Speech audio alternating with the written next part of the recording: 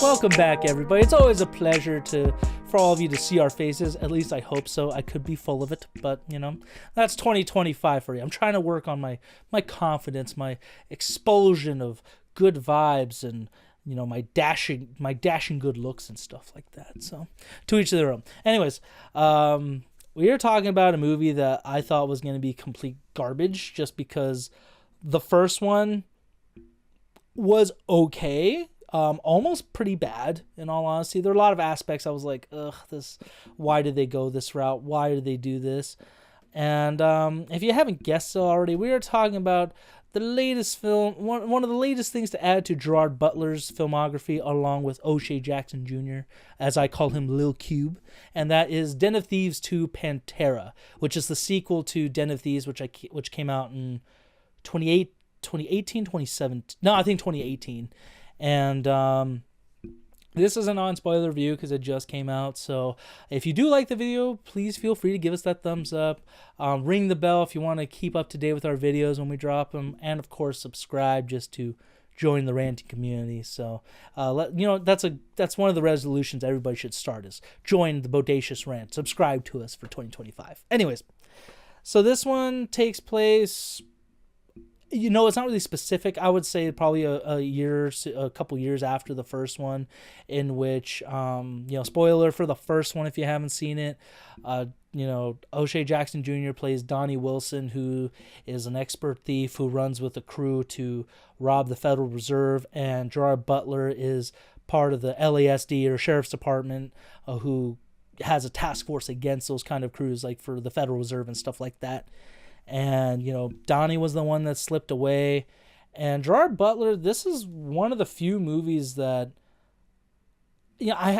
as much as I'm a fan, I haven't seen all of his movies, but I haven't really seen one where I thought, man, he's a total piece of shit. Because this is that movie that he does a really good job of it, but I also hated his character in the first one because he was just that awful of a person. Like, I didn't know who to root for. Am I rooting for the cops? Am I rooting for the robbers? Like, they're all pretty bad people all around. There wasn't really anybody likable in the first one. But this one, his character, Big Nick, he takes his chase to Europe to track down Donnie. And, because of being law enforcement for so long, he decides, you know what? I'm going to rob these diamonds with you, because that's what Donnie's doing. He's robbing the Diamond Reserve or something, the World Diamond Center in Europe. And yeah, the last one, I would say, I think this one improves upon it in some ways, where the first one had a lot of stars in it. Like, we had Pablo Schreiber. We had this one actor that I forget his name, but he was in like Jarhead and 8 Mile. I don't remember that guy's name, but he has a really... It's messed up to say, but the kind of mushy face. I forgot his name in that one. But yeah, it had a lot of good, like, more actors I could pick out from certain stuff. I was like, I remember him, I remember them from this and that. But this one, I kind of like that Gerard Butler and O'Shea Jackson Jr. took the center stage. Like, we definitely get that vibe that these are the main guys you want to pay attention to. And I think this movie definitely had some improvements on it. So I enjoyed it a little bit more with certain aspects. But Bern, what did you think about this one? Because I know the last one I definitely dragged you to a certain extent, or at least I made you watch it. So what did you think about this one, Bern? Yeah, I mean, look, I wasn't the biggest fan, or I'm not the biggest fan of the first movie. Again, the comparisons are apt. It's basically Heat and, Usual Suspects kind of like thrown in together half-hastedly, just kind of... someone was like, I like those two movies, let me just do my version of that, but doesn't really do enough of its own thing. It was pretty memorable in the sense that they had really cool action sequences, so I think that sort of like held it up, and I think that's probably why it has a pretty decent, it seems like a fan base, at least around here. But for me, it was just a little bit too derivative on those elements. And on top of that, like you mentioned, the characters across the board were very unlikable in the last movie. So it made it really hard to sort of get into.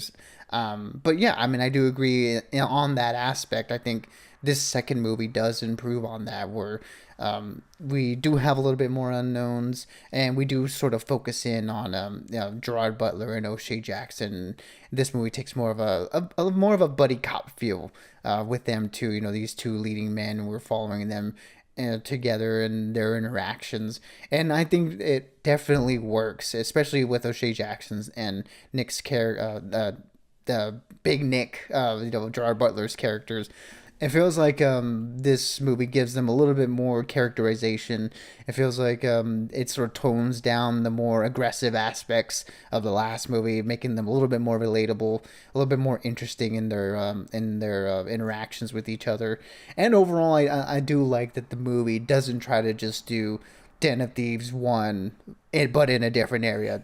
It definitely tries to achieve something different. A little, like I think in our private conversations you mentioned, a little bit more along the lines of something like Ocean's 11, or where it's a little bit more of a slick, stylistic heist thriller instead of like the first movie where it's a little bit more of like an action movie. And on those, a lot of those elements, I do think it succeeds, but it also sort of falls flat in some of them. In terms of the execution, I think a lot like how the first movie didn't execute on the heat aspect as well. This one doesn't execute on that sort of Ocean Eleven's aspect as well, just because we know that those movies have a little bit bigger of a cast, a little bit more charisma, a little bit more style, a little bit more pizzazz, for a lack of a better word.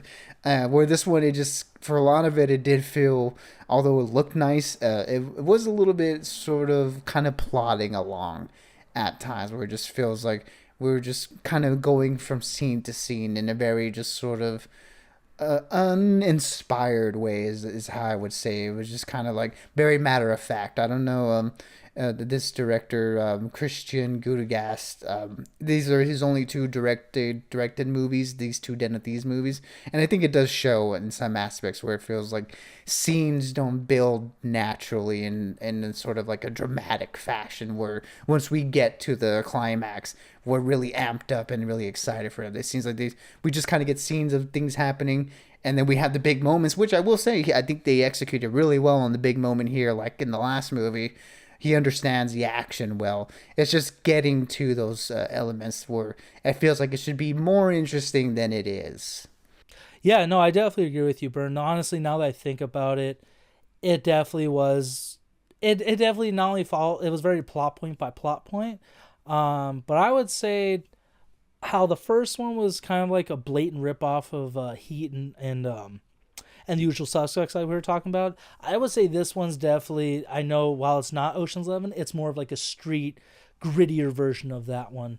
Just because the heist scene, like at least the heist scenes, because it started with a robbery and ended with one, like the first one. I think it was very well done. I think definitely a lot better than the first one. But the first one, like you were saying, did have a lot more cooler looking characters for the most part. Like, was it the best acted? No, but honestly, like when you see those characters on screen, those actors and stuff, they played their parts well. They looked the part. The gunplay was a lot better. But this one was definitely smarter in like the robbery scenes, and so I'm kind of glad it did sacrifice that star power. In all honesty, for this one, just because we got more appreciation for Gerard Butler's and O'Shea Jackson's characters.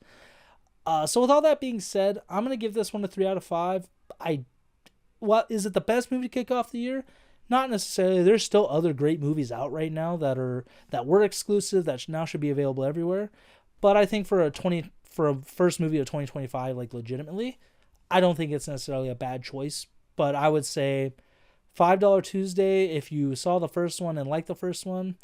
Otherwise, I would just probably wait for rental. In all honesty. Yeah, I mean, I'm pretty much with you there. I think for me, this one is going to be a 2 out of 5. I still think it doesn't quite, get to the level of where I think it wants to be. But if we get another one, hopefully it has a similar trajectory as this one from the last one, where we get a little bit of an improvement on certain aspects that didn't work the first time around. Really, where yeah, I mean, I agree with you. While the first movie had a little bit more personality, but because it was easier because all the characters were very brash and very big personalities. This one, I think, leaning more onto the slickness of it all. It did show a little bit more of a maturity in that sense of like we're improving as like filmmakers here, in particular with the director here. It feels like in terms of getting what works in a movie the most, which is characters and their interactions with each other. At least for me, because he nailed the for the most part the action scenes in the first one. It was really just the characterization of it all that wasn't there, and it's here in the most for the most part for me. But yeah, it's just like you had mentioned, sort of the building up to the heist where it felt like it lacked a lot of energy and a lot of suspense, where you really want to get to that heist, really feeling amped up for it, because the heist delivers. It just feels like the build up to that could have been a little bit stronger. But yeah, 2 out of 5 for me. You can do a lot worse with January films. This is certainly not one of the worst ones. So if you did, like you said, if you did like the last one, or looking for a cool thriller movie with Gerard Butler and O'Shea Jackson, then yeah, this one should be a decent enough time, I think. Yeah, 100%.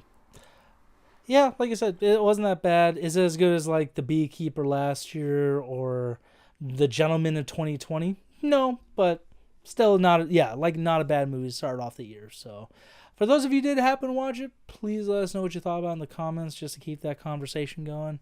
Until next time, we got Wolfman coming out this upcoming week, which is getting a lot of a lot of good buzz. So I'm very thankful for that, because Lee Wanell directed that one, and he also did Invisible Man in 2020, which was quite the banger. I rewatched it and I was like, wow, I forgot how good this movie is. So until next time, everybody, stay bodacious and keep on ranting for us.